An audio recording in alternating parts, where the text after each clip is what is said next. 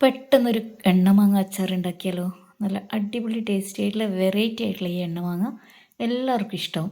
അപ്പോൾ കടുക്, ഉലുവ, ചെറിയ ജീരകം, പെരുംജീരകം നാലും ഒരേ അളവിൽ ഒരു അര ടീസ്പൂൺ മതിയാവും. ചെറിയ ചൂടിലൊന്ന് റോസ്റ്റ് ചെയ്തെടുക്കാം. ശേഷം നമ്മൾക്കിത് ഒരു 3-4 വറ്റൽ മുളക്, പിന്നെ 2 തണ്ട് കറിവേപ്പില.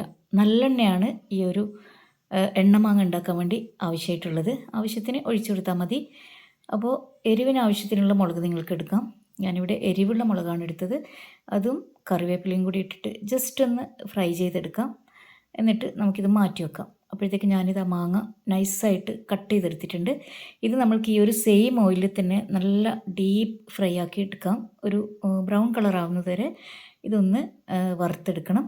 അപ്പോൾ എണ്ണയിൽ മാങ്ങ വറുത്തെടുക്കുന്ന സമയം കൊണ്ട് തന്നെ നമ്മൾ നേരത്തെ ചൂടാക്കി വെച്ച ആ ഒരു ഡ്രൈ ഇൻഗ്രീഡിയൻസ് ഉണ്ടല്ലോ, അതൊക്കെ നമ്മൾക്കിതുപോലെ ഒന്ന് പൊടിച്ചെടുത്ത് കൊണ്ടുവരാം.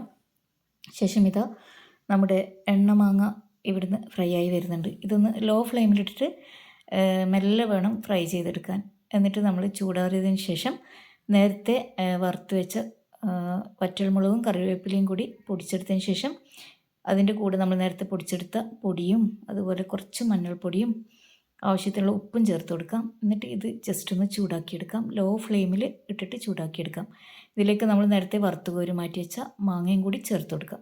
എന്നിട്ട് നന്നായിട്ട് മിക്സ് ചെയ്തതിന് ശേഷം ഇതിൽ നമ്മൾ നേരത്തെ ഫ്രൈ ചെയ്ത് വെച്ച ആ ഒരു നല്ലെണ്ണ ഉണ്ടല്ലോ, അതിൽ നിന്ന് 2 ടേബിൾ സ്പൂൺ ഒഴിച്ചു കൊടുക്കുക. അപ്പോൾ നമ്മുടെ എണ്ണ മാങ്ങ റെഡി. Thank you.